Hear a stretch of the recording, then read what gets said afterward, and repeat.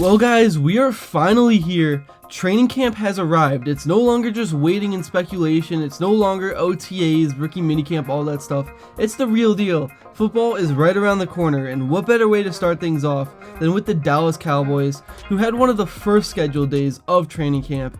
And it was just so great to see all the guys out there. The vibes were immaculate. Brian Schottenheimer had a smile on his face the entire day. And even though there is some tension with the whole Jerry Jones, Micah Parsons situation, I'm just so happy football is back. And I have a lot to break down in this video. I want to show you all the highlights from day one of camp, talk about the team, and there was so much that went on. But first off, before I begin, I would really appreciate it if you would drop a like and subscribe. It only takes 5 seconds, plus you can always change your mind, and your support truly means the world.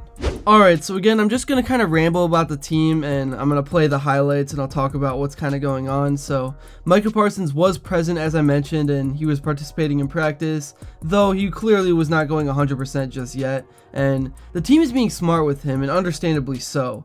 He's in line for a massive extension, and there's no need to risk anything in July. Even without him going full speed, the defensive front looked energized. Donovan Ezeraku, wearing number 41, looked explosive off the snap, and Nealon looked every bit the part of a second-round pick. This edge room might be the best Parsons has had around him since coming into the league, and that's why I think he's still kind of motivated and still is showing up despite the tension between him and the front office. Staying on the defensive side, one under-the-radar development is Mozzie Smith. Last year, he was largely planted at nose tackle. This offseason, though, he's visibly leaner. He still projects right now to take some reps at nose, but expect to see him playing more 3 tech as well. And keep an eye on rookie Jay Toya out of UCLA. He's built for the 0 tech role and could provide the kind of interior depth this defense hasn't had consistently in a long time. Between Smith's development and Toya's early flashes, the interior of this defensive line might be much improved from last year's unit, and the offensive line is where the most questions lie. And this group is going to be tested heavily over the next month, with Zach Martin officially retired. Dallas enters training camp looking for new leadership and continuity up front. Tyler Smith shifts into a more prominent role at left guard, and first-round pick Tyler Booker is going to step in with high expectations. There's a lot of Tylers on this offensive line. It's kind of funny. I've mentioned that in previous videos. Cooper Beebe, TJ Bass, and Brock Hoffman are all competing on the interior, while Terrence Steele holds down the right tackle spot. On paper, there's upside here, but again, last season, the Cowboys ranked 30th in the NFL in yards per carry. That can't happen again. I know part of that was just because the running backs just haven't been good, and I know this year on paper it doesn't look the best. It doesn't look like they have an explosive backfield, but there's potential, so that's good news. And despite the run game issues, they were top 10 in sacks allowed, and this line could be closer and closer to breaking through than people realize, but they need to prove it now, not later. And the running back room feels wide open. Javonte Williams and Miles Sanders both saw reps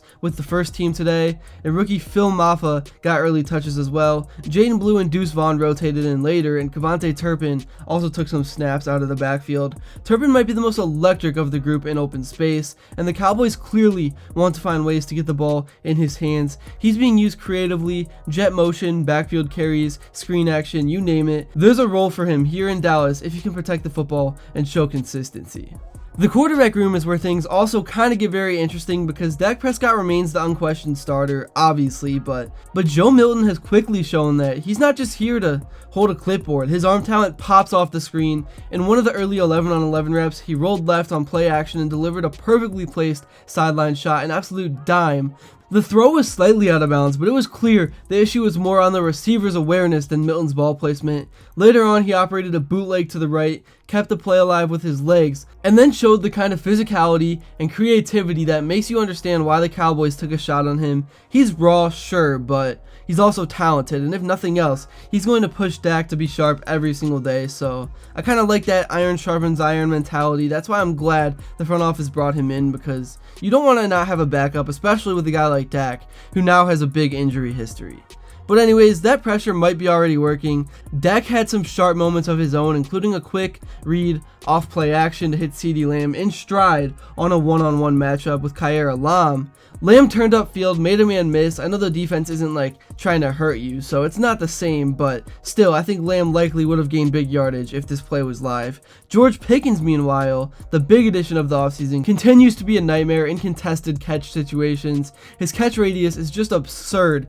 The Cowboys can now force defenses into too high safety looks more consistently, which will only help the running game. You really can't single out as a secondary Lamb or Pickens without risk, and that opens up the door for lighter boxes and cleaner rushing lanes. Jake Ferguson deserves some love too. He looks leaner and more explosive, and if early reps are any indication, he's going to be a bigger part of this passing attack in 2025. Prescott has always leaned on his tight ends in key spots, and if Ferguson takes the next step, that adds another layer to this offense that's quietly starting to look more dynamic. On the defensive side, there were some encouraging signs from the secondary, even with some key guys still rehabbing. Trayvon Diggs and DeMarvion Overshown were spotted working off to the side. Both are expected to be full go at some point during camp, but the Cowboys are being extra cautious early on, which they of course should, and Diggs' return obviously will help the top end talent, but Overshown might be the X factor in this linebacker group.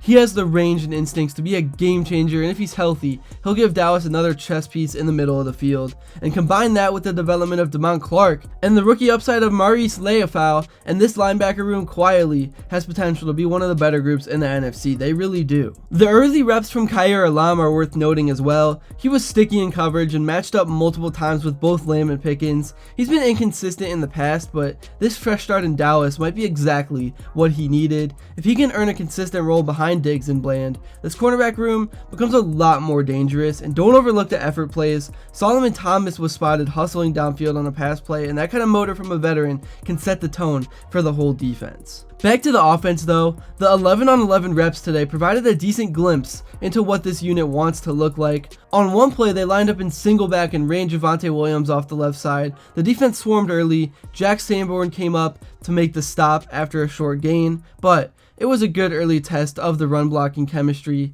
Later on, we saw Dak under center again, running play action and finding Lamb in stride. And once again, Joe Milton stayed locked in, taking mental reps from the backfield, shadowing plays and staying engaged. And that's what you want to see from a young backup trying to prove he belongs, especially in a brand new environment. The last play worth highlighting was a quick hitter to George Pickens off pre-snap motion by Lamb. They caught the defense rotating and Pickens took it upfield with a head of steam. It's these little wrinkles, using motion to identify coverage, creating quick hitting spacing advantages, that suggest the offense might be simplifying some things for both Prescott and Milton. It's a smart approach early in camp. So overall, the first day of practice gave us a strong look at what this team wants to be. They're still building chemistry, still working out the kinks, but the talent's all over the field, and more importantly, there's real competition. And like I always say, and just like even like the Bible says, iron sharpens iron. It's a real thing. The defensive front looks as deep and versatile as it's been since those Dan Quinn defenses. I know he's gone now, and the offensive line has question marks,